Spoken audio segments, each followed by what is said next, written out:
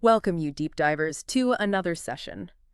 Today, especially for you, we're diving headfirst into, well, the really interesting world of customer feedback. We've basically got a pile of real reviews, notes, analysis, all about one specific restaurant in Mumbai. And our job, to pull out the key insights for you. We're looking at Los Cavos today. It's a place in Mumbai known mostly for Peruvian food, but they also mix in some Italian and Japanese dishes. Think of this as a shortcut, really, a way to understand what makes dining great and, maybe more importantly, where even top-rated spots can, still improve. That's exactly it. And this isn't just us reading out reviews. This deep dive comes from a pretty comprehensive sentiment and improvement analysis we did. We didn't just skim. We really dug in, categorized everything, turned all those comments, the raw feedback, into clear strengths, some surprising criticisms too, and then, crucially, into actionable steps. So, yeah, get ready. We're going to uncover the glowing praise, but also those specific spots where things could be well refined. Okay, so let's start big picture. We looked at 8 reviews for Los Cabos, and the majority, like 6 out of 8, overwhelmingly positive, lots of praise. But, and here's where it gets interesting, 2 reviews were more, let's say, mixed or even negative. So the main feeling is good, definitely positive, but there are layers underneath. Right, that initial praise, Yeah. it mostly hits on the food, the service, the atmosphere, lots of high marks there. But like you said, that positivity gets tempered a bit. Specific things come up, menu authenticity, portion sizes, even a couple of service glitches we need to talk about. It just shows, even with great places, there can be friction points. Okay, now this part really stood out to me. The atmosphere. It was a clean sweep. Every single reviewer, all 8, gave the atmosphere a perfect 5 out of 5. I mean, wow, perfect scores from everyone. That's pretty rare, isn't it? It really is. You almost never see that kind of unanimous rating. People use words like stunning, unmatched. They call it a perfect spot for dates, for hangouts, and it's more than just nice decor, right? Oh. It shows how creating that feeling, that ambiance, can be such a huge strength, a real differentiator for Los Cavos, even if other things aren't perfect. So, atmosphere, total winner. What about the service, the staff interaction? How did they do there? Service also did really well, mostly. 6 out of the 8 reviewers gave it a 55. They mentioned promptness, staff making good recommendations, just, an excellent team overall. However, this brings us to a really critical point. One reviewer, Apoorv Shandilya, reported a genuinely negative experience. They talked about a head waiter who came across as, well, callous, apparently pressuring them to leave their table even though there were visibly empty areas nearby. Oof, that's a stark contrast. So, if you're running a business, how do you weigh that? One really bad experience against a sea of positive ones. What does that tell you? Yeah, that's exactly why this kind of deep dive is so useful. That one incident, even if it is an outlier, its impact on that customer, it can be huge.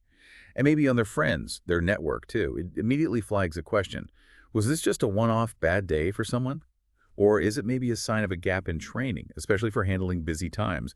Or perhaps just one employee who needs some specific coaching? Because consistency, even down to one interaction, that really defines the experience for people. Right, absolutely. Okay, let's get to the heart of it, the food. Now, a lot of people called it divine, amazing, unique, specific dishes, got shout-outs like lamb chops, chicken dishes. Many gave it 55. Sounds great on the surface. It does sound fantastic, yeah. Yeah. But digging into that food feedback, you get, well, a slightly more complex picture, especially from reviewers like Dhruv Desai. He rated the food 35, criticized what he felt was a lack of clear culinary direction and an overpowering use of chili, and even pointed out an odd combo, like cheese and carpaccio. And Apoorv Shandilya, the same person with the service issue, also felt the food didn't taste authentically Latin American. Huh.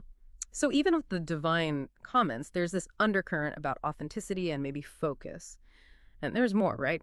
Someone else, Rushabh Gandhi, mentioned small portions, and Sneha Gambhir noted some things on the menu weren't available. So you put that together. Questions about authenticity, small portions, especially at a premium price. People mentioned around $1,600, $2,000 per person. And this multi-cuisine menu, Peruvian, Italian, Japanese. It makes you wonder, what's the takeaway? Should they lean harder into Peruvian? Or can this mix really work? It's a really good question about identity and, frankly, value for money. The varied feedback suggests maybe some inconsistency across everything they offer. Or maybe they just need to communicate their main focus more clearly. Beyond the food itself, reviewers also mentioned a few other practical things. Noise level was generally seen as moderate. Wait times were usually short, often no wait, or maybe 10-30 minutes, which is pretty good. Oh, and importantly, Navjit Nanda specifically recommended Los Cavos for vegetarians. That's a big plus, especially in Mumbai. And yeah, reservations seemed like a good idea for busy times. Okay, let's try to pull these threads together. Connecting the dots. The strengths are really clear, right? Exceptional atmosphere, that's undeniable, mostly high-quality service. And generally excellent food, particularly non-veg. They've definitely nailed some core parts. Absolutely, the foundation is strong. Yeah. But then you synthesize the criticisms, and these themes pop up. The small portions, sometimes things aren't available, that perceived lack of authentic Latin American flavor in certain dishes. Mm-hmm. And of course, that one significant negative service interaction.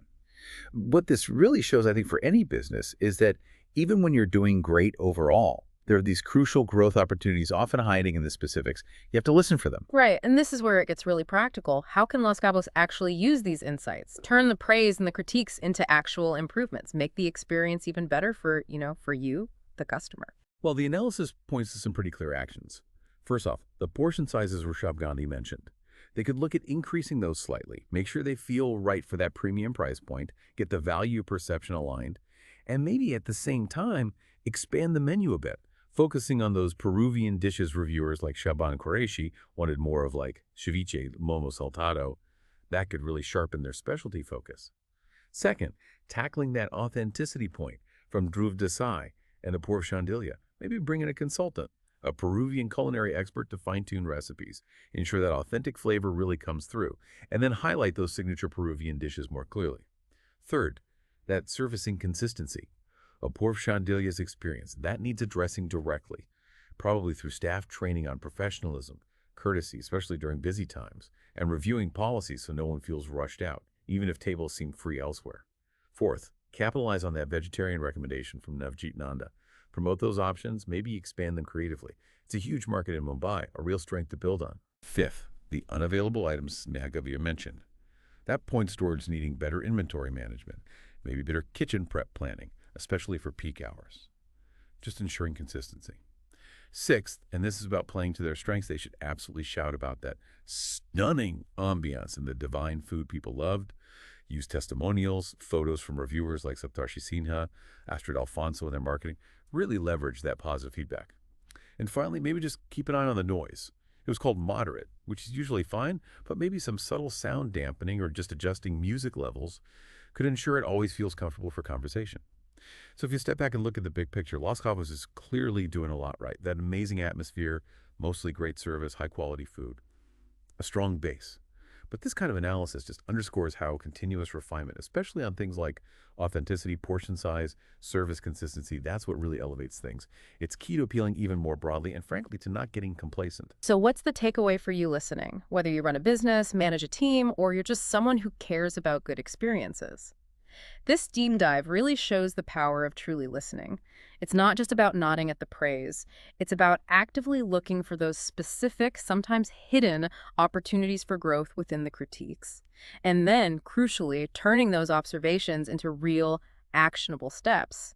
That's how you get to the next level. Yeah, and it makes you ask, doesn't it? With all the reviews and data flying around today, how deeply are we really listening to the details? What crucial insights are we maybe missing just by skimming the surface? So we'll leave you with this thought. How could digging deep, really doing a deep dive into what seem like small comments from customers, from your team, how could that uncover the next big leap for your business, or maybe even for you personally?